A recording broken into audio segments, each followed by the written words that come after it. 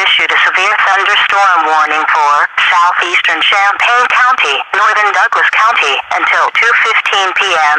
At 1:46 p.m., a severe thunderstorm was located near Tuscola, moving northeast at 50 miles an hour. Expected hazards include 60 miles an hour wind gusts and quarter-size hail. This is a radar-indicated threat.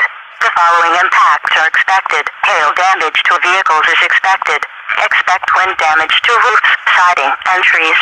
Locations impacted include Tuscola, Villa Grove, Sydney, Homer, Cosotum, Broadlands, Allerton, and Longview. This includes Interstate 57 between mile markers 212 and 221.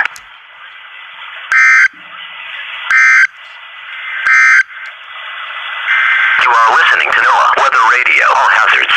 Station WXJ76 in Champaign. During severe weather, keep these safety rules in mind.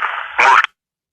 You guys might have heard there was an attention signal and EAS tone in the background. That was the stream operator. WXJ76 has his radio on in the background. Just letting you all know. Thanks for watching.